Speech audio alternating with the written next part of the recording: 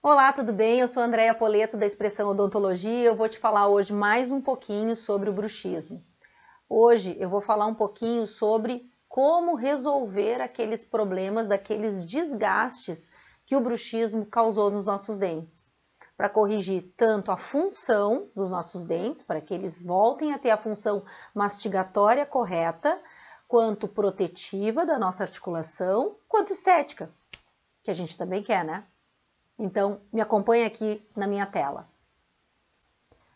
Quando os nossos dentes são muito gastos em função do bruxismo, nós temos uma perda da nossa dimensão vertical. O que é a dimensão vertical? Dimensão vertical é a dimensão que a nossa face tem. Se eu tenho meus dentes desgastados, esta dimensão que eu tenho fica diminuída. Com isso, nós ficamos com aquele rosto mais curto, o queixo dá uma leve projetada para frente e nós ficamos com um perfil mais envelhecido. Nós, mulheres que nos preocupamos tanto também com a estética, começamos a ver mais aprofundamento do sulco nasogeniano, começamos a ver aquela flacidez maior de bochecha, aquele cantinho e as linhas de marionete aparecendo. Então, qual é a minha proposta para resolver? Fazer uma reabilitação.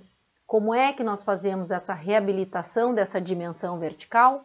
Assim, ó, fazemos a reconstrução com cerâmica de todos os dentes superiores e de todos os dentes inferiores. Assim nós conseguimos devolver a dimensão que foi perdida, a função mastigatória correta e conseguimos devolver a estética para essa boca. Por hoje é isso.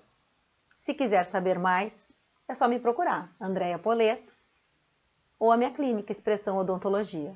Um abraço e até a próxima.